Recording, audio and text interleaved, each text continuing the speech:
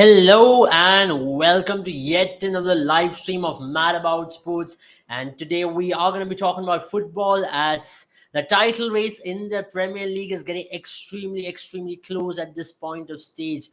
Because with Manchester City getting one over Arsenal, now the title race has definitely become a two-game affair now. Now for Manchester City, they've got two extra games in hand and they're just 2 points behind Arsenal. And of course, Manchester City at this point of stage will certainly believe that they can definitely go on to top Arsenal towards the back end of the Premier League. Now, you have to say it all had to come down to the game in Etihad between Arsenal and Manchester City to decide the title because two teams were locking odds against each other. You have to say Arsenal has had a phenomenal season under Arteta, and they were coming into this game a little more under pressure than Manchester City. Remember, they drew against West Ham, they drew against Liverpool, and they drew against Southampton. So these three results definitely did not go their way because the dip in form, injury of William Saliba, who you have to say has been one of their phenomenal players in the season. He's been one of the main reasons why in the defensive side of things they've been able to be solid throughout the season. But now towards coming to the City game, of course, they had to go in with someone like a Rob Holding, and to add to that, a Manchester City's team who was extremely high on confidence, playing some really good football, who was also chasing treble at this point of stage. Now that was the difference you have to say ultimately in the game where Manchester City's quality or the experience of handling this big situation got one over Arsenal in this game, and that really put them in the back foot from the very word go. Let's talk about the game in general, isn't it? Because it's so important to understand where things went wrong for a team like Arsenal. Now, if you look the Manchester City was Arsenal game, you have to say, when you look at the attacking index, and at least you have to say Manchester City were absolutely threatening from the word go. You have when De Bruyne scored that first goal, the foot of Manchester City was right on top of the game, and they made sure they made use of every attacking that they had inside the box. And also remember, Haaland did miss quite a few chances as well inside the box. This could have well been a scoreline which would have looked slightly more uglier on Arsenal's point of view. Now, if you look at Erling Haaland this season, he scored 49 goals. Remember, it's been a season to remember. He's just one goal behind equaling Alan Shearer's record as well of 34, and he's got plenty of games in hand as we look forward to it. So this certainly looks like a season or campaign to remember for Erling Haaland. He's come of age, and we've been giving him heaps of praises throughout the season, but he's been the point of difference. But alongside that, when you let someone like a De Bruyne run a show, you can see the XG as well for Manchester City. They had a phenomenal XG. They absolutely dominated with the kind of goal threats they had yesterday. You have said De Bruyne was having a field day in the midfield.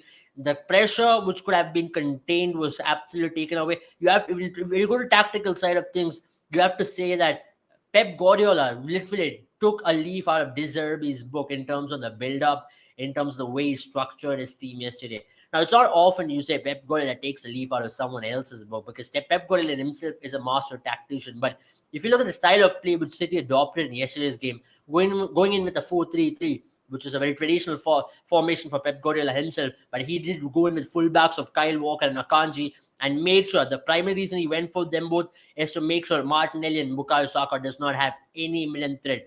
Now, the cancelling out both the wingers, especially in a system of Arteta, it is so important to look into a system of Arteta where it is all about maintaining processes, which is about playing the same style of football and maintaining it for a longer period of time. Now, in that system, you have to say interior wingers, especially wingers cutting on interior spaces. You have to say Bukayo Saka and Martinelli has been a core part of that system, and cancelling them both out with two defensive prowess players, especially if we talk about Akanji. Akanji has been playing a centre back for City throughout the season, and him starting as a left back really did give that extra bit of added advantage to cancel someone like Bukayo Saka out. And at the same time, on the right hand side for City and the left hand side of Arsenal, Martinelli has been an imminent threat for them as well. And to cancel himself out, you need someone with an extra bit of pace and at the same time with defensive prowess. And that's where Kyle Walker's experience and that extra bit of pace did really come in handy. And that really helped. And at the same time, if you talk about the application of pressure, you saw at times Gundogan did drop in deep alongside Rodri for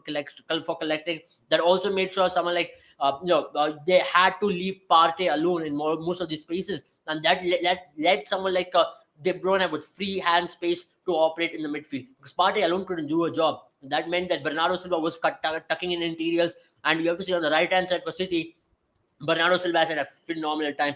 to go in with someone of Bernardo Silva in itself took a lot of guts, because you are talking about someone like Mahrez, who was left out after a hat trick which he scored in the FA Cup semi-final. So City had to take the risk of going with Bernardo, but Bernardo has been phenomenal this season.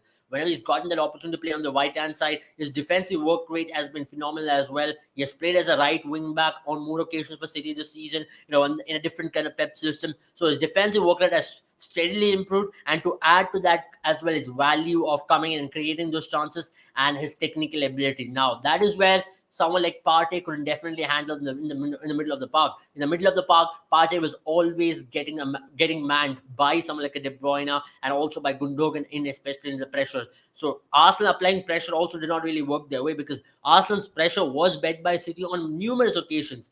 And that's where someone like, and that's why City's extra bit of pressure also put Arsenal under tremendous pressure, because Arsenal had to go away from the system. You don't usually see Arsenal play a lot of long balls, but then yesterday they had to play a lot of long balls in hoping that they try to beat City's pressure. So these were occasions where you really felt like Arsenal versus City was a new contest. For a lot of reasons, Arsenal did not really turn up. Especially Etihad, the record hasn't been great. But to add to that, the way in which Manchester City absolutely schooling Arsenal, you can say, it did not really feel like Arsenal were on top of the league. You had to say it really showed the maturity from Manchester City team, the technical ability from Manchester City team to get one over Arsenal. And now, what does this mean to the title race? Well, let's look at the coming fixtures, because this really changes a lot of things in perspective as well. Because now for Manchester City, you have to say they are coming up against some tough opposition. They're playing Fulham, West Ham, they're playing Leeds, Everton, and Chelsea.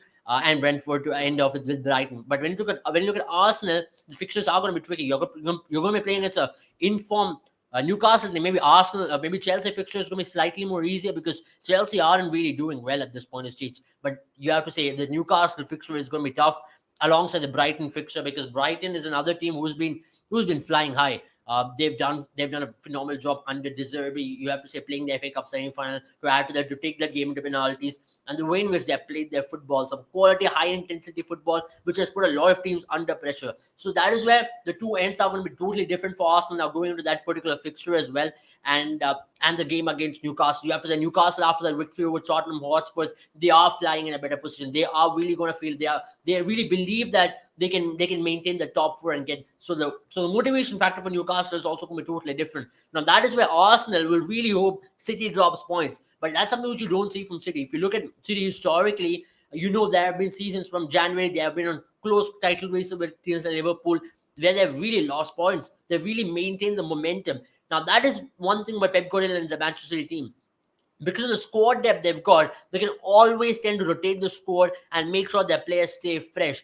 And there's something which we have been repeating for the most number of times, right? The squad depth is so important if you're competing in multiple competitions. And for City, remember, they'll be competing in the Champions League as well. They're going to be playing two legs between Real Madrid. That's going to be intense. And they're going to be playing the FA Cup final towards the last week of the game week. But then now the complete focus can shift to Premier League to an extent, because now they know that they've got one foot already there and they've got two games in hand. They definitely can be focused completely on Premier League, because those two legs of Real Madrid wouldn't really bother them, wouldn't really vote them down, you can say, to an extent. Now, that is why things are going to be extremely interesting. Now, for top four race as well, if you look at the top four race, it is getting extremely intense at this point of stage, because you have to say, so you have not expected something like Aston Villa to be in the talks. Now, when Aston Villa, when Unai Emery took over, was definitely not even part of it. They were 17th on the table, and now they are in top 5. Now, of course, United have got 3 games extra in hand, and tonight they're going to be playing against Spurs, but still, they are in contention. The turnaround has been phenomenal. It's one team to watch out for as well. Most underrated team, not definitely been radar, because it's a teams like Brighton, who has played some quality football, has been definitely on the radar. Newcastle, of course, after that win against Tottenham Hotspurs, they are slightly flying high as well, because of the very fact that they are going to believe right now they can make it to the top 4 quite convincingly, because they've got certainly a 5.6 point difference between Liverpool and Aston Villa. And at the same time, you have to say United as well will definitely believe if they get a win tonight over Tottenham Hotspurs, they will they will sit comfortable on the top four race. But that is where things get extremely interesting. Now, if you go in a little bit in the mid table as well, if you have to talk about Brighton versus Brentford, you have to say this season has been totally different because of Brighton, and Brentford has done extremely well. Brighton was always been there and thereabouts, but the Brentford's upliftment, especially in taking the game to the next level, especially giving some of the smaller teams, some of the bigger teams a run for the money. Now that's definitely helped them to stay put. I know they're ninth in the Premier League at this point of stage, but definitely they can they chance for a European spot, come into Europa League position. Because if Liverpool slip up towards the late end, because Liverpool have been on a run right now, they've got 3 wins in a row now. That's definitely going to give them a lot more confidence. The team has been gelling well, but if they draw points, because Liverpool this season has been extremely erratic for a lot of reasons. They've not had consistent runs like this. Now they've had 3 wins, but there are chances that Liverpool can slip up at some point of stage. Now that's where a team like Brentford will certainly be on their neck trying to get the Europa League position. But now for Liverpool as well, getting into the top four is not going to be easy.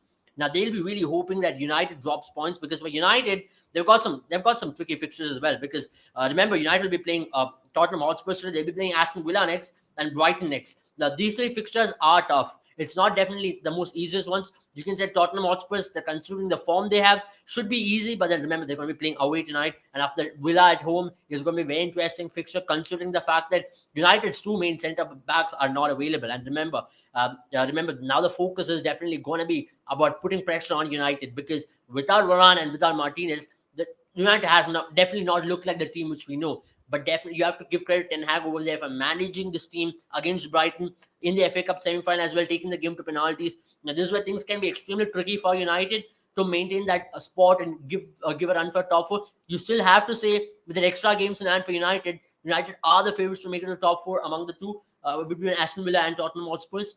But the game against Brighton is also going to be extremely tricky, because Brighton at this point of stage, after that FA Cup semi-final, they definitely want to get one over United, and now it's an away fixture as well. So that's a very crucial game for United. So that's from a United's perspective as well, how they are going to go about it, especially when it comes to the top four race. Now let's talk about a team like Tottenham Hotspurs. You have to say that nothing has been going well for them, right?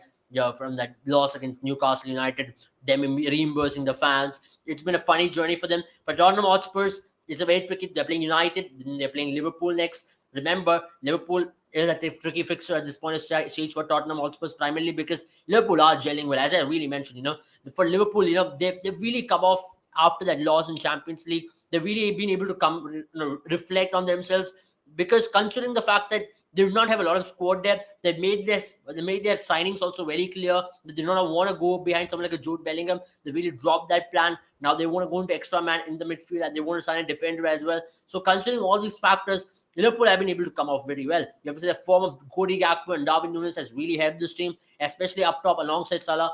You have to remember, it's a transitional phase also for Liverpool. They are going into a stage where they're going to bring in new forwards, new midfielders. They are definitely targeting at Gravenberg for next season from Bayern Munich.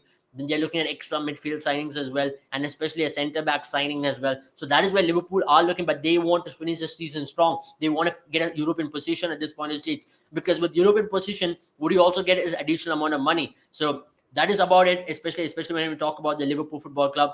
But but when you talk about the next one, right? Of course, let's look at the projections as to where teams can possibly finish, because this is a very interesting projection what we've got, because we can possibly know how many points and where can teams ideally finish. Now, as per the projections, City has got the highest number of chance of winning the title, primarily because of the form right now they are in, and at the same time, the extra game in hand. Now, the projection is that they can possibly finish on close to 91 to 92 points.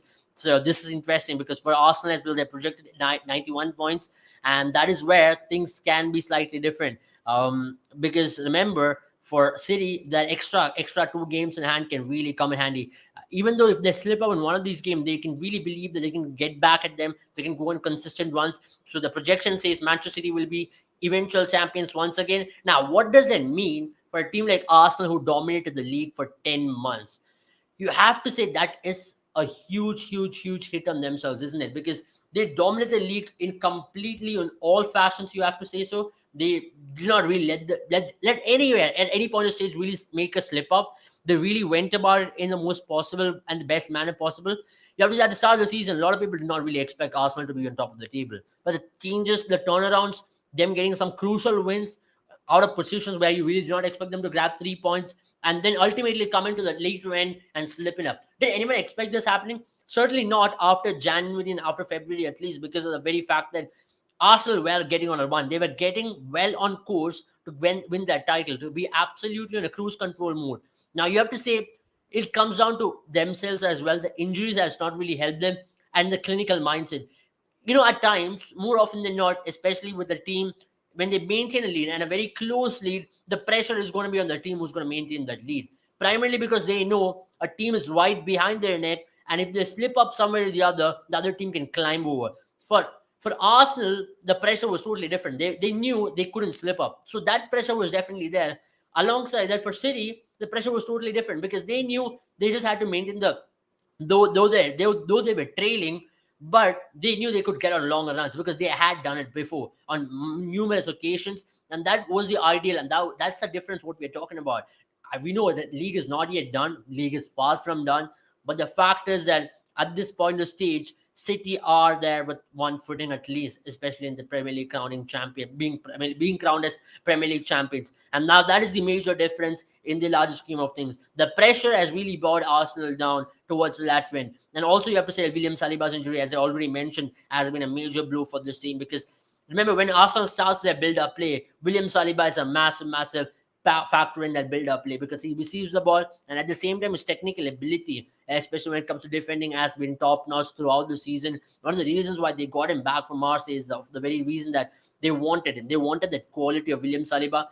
You have to say anybody other than William Saliba, whoever they're going to replace him, is definitely not going to be an ideal lifelike replacement because that's the kind of stature William Saliba has had on the Arsenal team for the season.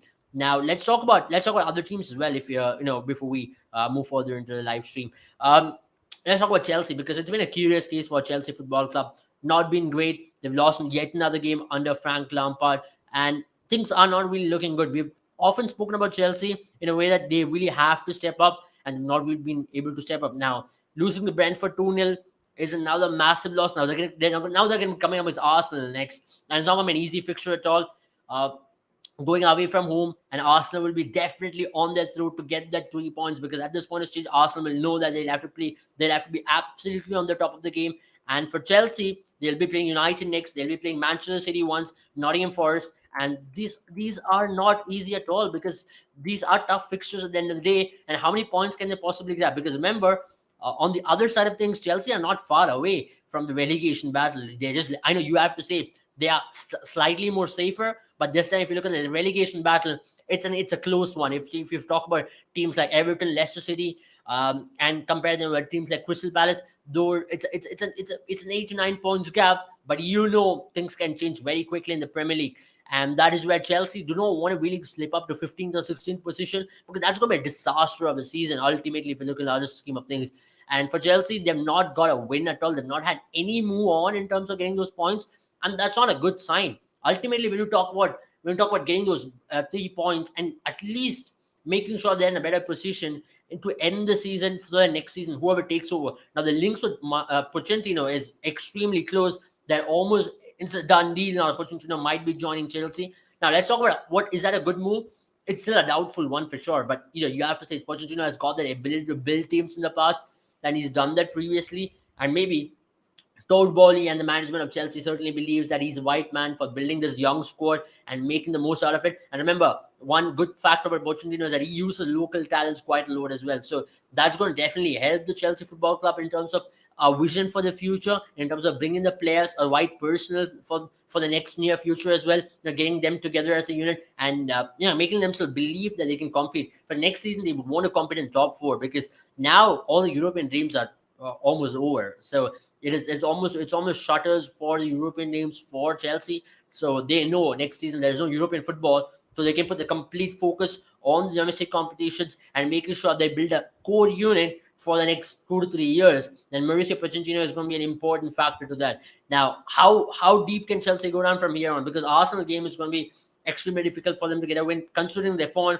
But they would want to definitely come back because what is lacking in Chelsea at this point of stage is self-belief that they can absolutely go out there and get a win. Now, that self-belief is something which you can only get once you start winning games. Though it can be scratchy, but if you get 2 wins under your belt, all of a sudden the mood in the dressing room changes. It's a different wave altogether. The self-belief slowly starts believing. Now, one of the reasons why they brought Frank Lampard just into the dressing room is because of the character. It's not because he's a decorated coach. It's not because of his tactical ability. It's just to instill a belief in the dressing room, but it has not definitely worked Chelsea's way so far. And that's been the biggest disappointment for them. And now looking ahead as well, they want to look at possible opportunities, possible ways in which Chelsea can possibly come into the league table and fight for better results.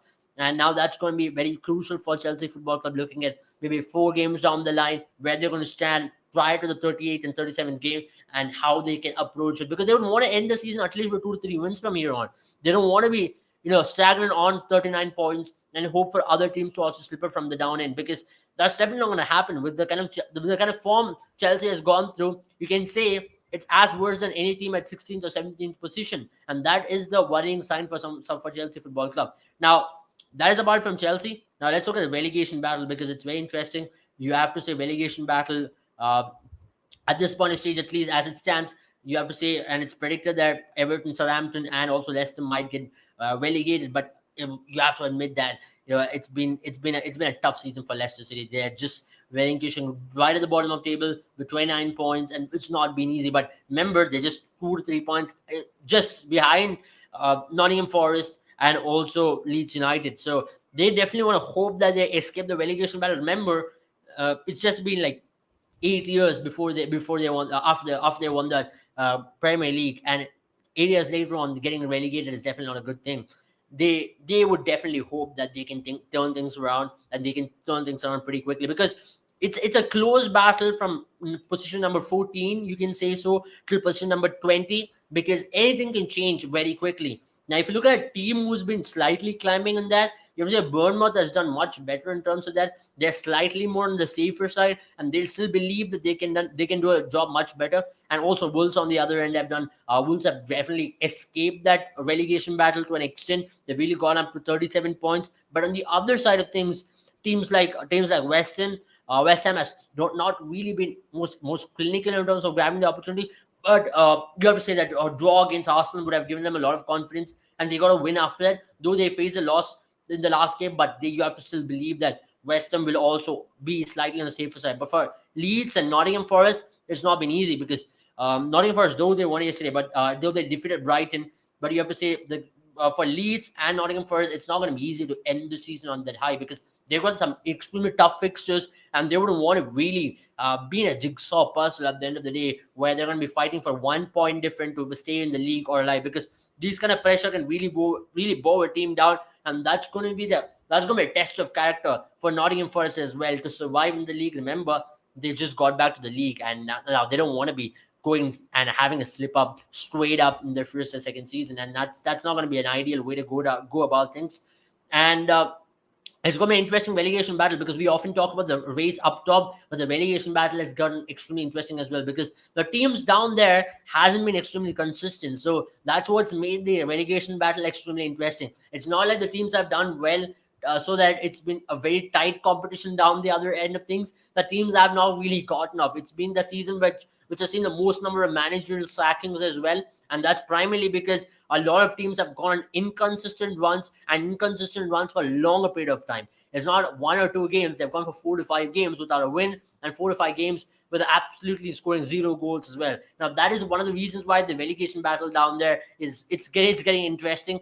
Who can be one team who can possibly get relegated out of nowhere? Now that is one factor which we need to take into consideration. Now, I did mention West Ham, but West Ham as well is just 5 points in difference with Leicester City. Because remember, if West Ham gets relegated, that's big, right? Because West Ham has always been a mid-table club, and they've also made European competitions in the recent years. And for them to have that slip up is going to be massive. And that's something which they do not want to do, because remember, for West Ham, number one, the priority is going to be to get those important wins. And remember, they are still in the Conference League as well. They are going to be playing the semi-final of the Conference League. And from there on, they not want to slip up, because they have had some really good runs in the recent past in the Conference League and whichever European competitions they've played. They've shown glimpses of what they can possibly do, but it's not going to be easy for West Ham, because remember, they're going to be coming out with Manchester City, they're going to be coming out with Manchester United, and of course, they're going to be playing in two games in the European competitions as well. So at the same time, to maintain that kind of lead and to make sure they don't have massive slip ups is going to be a Herculean task, because that's one team who are in that kind of position to possibly slip up, because they're going to be having a game with Crystal Palace as well. Crystal Palace off late has done considerably well from where they were after Patrick Vieira sacking. Everything looked slightly more glimmer for Crystal Palace. But at this point of stage, you have to say they've absolutely been able to come back and claw their way back to an extent to make themselves in some sort of a safer position from what they were. And that's what's going to be the major and ideal difference towards that trend. That game of Crystal Palace with West Ham is going to be a crucial win, crucial win for both the teams. So they will be going at each other. And for West Ham, the games against City and United is possibly going to decide their fate of them staying in the league or not. Because if things go slightly more wrong for West Ham from there on, and it's going to be an absolute downfall for them, and that's going to really be detrimental in terms of them being in the relegation battle alongside Leicester City. Now, finally, before we end the stream, let's look at Pep Guardiola, because we have to talk about Pep Guardiola. Every league he has gone, you have to say he's left a mark. And now, if he wins another Premier League, it's going to be his 6th title in 7 years, and that's a lot of league titles. You have to say at the end of the day. Can you say Manchester United absolutely dominated England? You have to say yes, because over the last 6 years, other than Liverpool, not any team has definitely even come close to giving City that competition. And this season, Arsenal has done well, and they can possibly go on to win the title as well. But you have to say Pep Guardiola has definitely dominated every season wherever he has gone. Let's look at his league performances over the years, right? 2008-9, Barcelona. That's where the career really started getting going for Pep Guardiola. That's a season which he won close to 6 trophies with Barcelona. Absolutely dominated every trophy which he played for. Then with Barcelona, he finished first 3 times in a row. Then he finished second with Bayern as well. In the Bundesliga, he never had any issues. But with City, except the first season, he's never really had any hiccups except for that COVID season as well, where he finished second, where Liverpool was on top of the game. So that's where for Pep Guardiola, you have to say, he's not really had issues as a league manager. The only issues where he's had, or the only criticism where he's always felt, was in the Champions League, where he's not been able to win other than with Barcelona. He got a good Bayern Munich team with Robin Lewandowski, Muller, with Schweinsteiger, everybody on top of the game. But then he really couldn't really make the most out of it, Xabi Alonso and everybody else. But now with City as well in the recent past, the criticism which he's had, though he played a Champions League final, is that last nail in the coffin is to cross that line and to get the silverware of Champions League with any other team other than Barcelona. Because still Pep's biggest criticism what he receives is that he won the Champions League with Messi, with Xavi, Iniesta, with a team which was on top of their prime. They were absolutely dominating European football at their point of stage.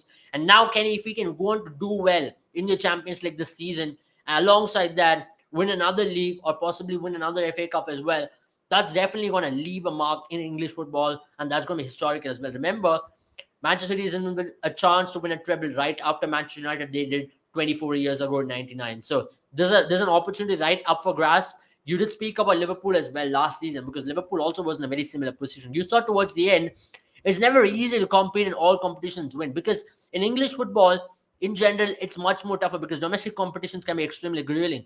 Let's talk about FA Cup, let's talk about the Premier League for that matter, or come to the Champions League. Come the last hurdle, you as a team definitely gets tired of. But that's where the added advantage for Manchester City is the squad depth, which they've used to the best of FX. Remember, again, in the FA Cup clash, they had players like Julian Alvarez starting, or Phil Foden and Mahrez. And that's the massive difference what we're talking about at the end of the day. They've got the midfield. They've got Calvin Phillips sitting on the bench.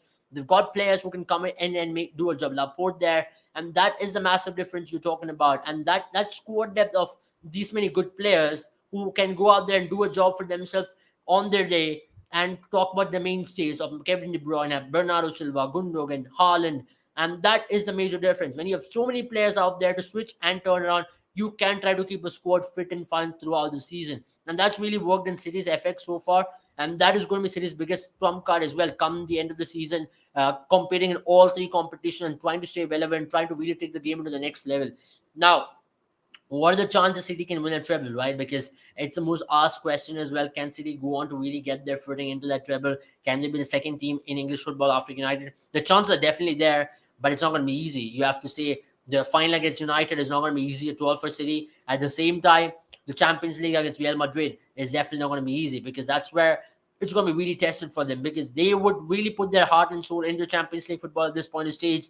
And at the same time, they don't want to slip up in Premier League because the fixtures are not really easy for City either. You can slip up. Brighton is not an easy team at all. At the same time, West Ham can be a very tricky fixture because remember, last time around, City almost had a slip up against West Ham, which really cost them the title at the end of the day. That was a very important game against West Ham the last season, the second last game, right before the Aston Villa game, which came very close, was a draw. And that's why, playing West Ham is never easy. And that's one team you'd really want to be wary of. But then Pep Guardiola will certainly believe that the momentum which this team has gotten, they didn't want to ride on it. And remember, even Rodri did come out saying that the game against Nottingham Forest is what really made them to switch on. Remember, they had the lead in the game and they really slipped that up in the 83rd minute, where Wood came and scored and really put City to the mat by getting the draw. So that's really made them switch on, to make them believe that they have to get on a roll.